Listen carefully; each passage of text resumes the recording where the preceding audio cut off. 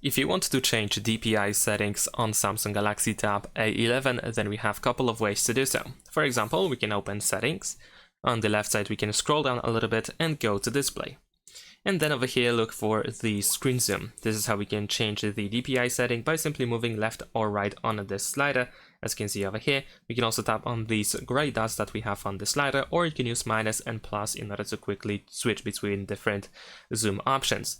However, if you want to adjust the screen zoom precisely, or the DPI setting value to your own value of your choice, then in that case, in settings, we can scroll down to About Tablet, and we're gonna choose Software Information. Now over here we can keep tapping on build number until you need to enter the screen lock password.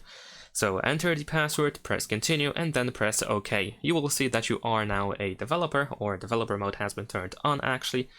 And then scroll further down on the left side to go to developer options. Now in here we're gonna scroll down until we will find the option that is called smallest width, which should be somewhere in drawing section. There we go, we have drawing section, there we go, here we have the minimum width actually.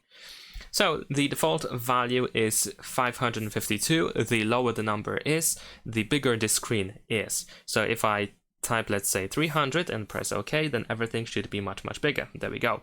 There are actually some limits, like for example 320 is the maximum value that we get, and unfortunately, as you can see, there are some drawbacks if you use a number that is too small, or when the screen becomes too big.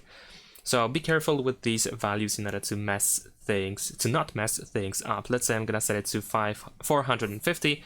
This should make it a little bit smaller, but a little bit more usable.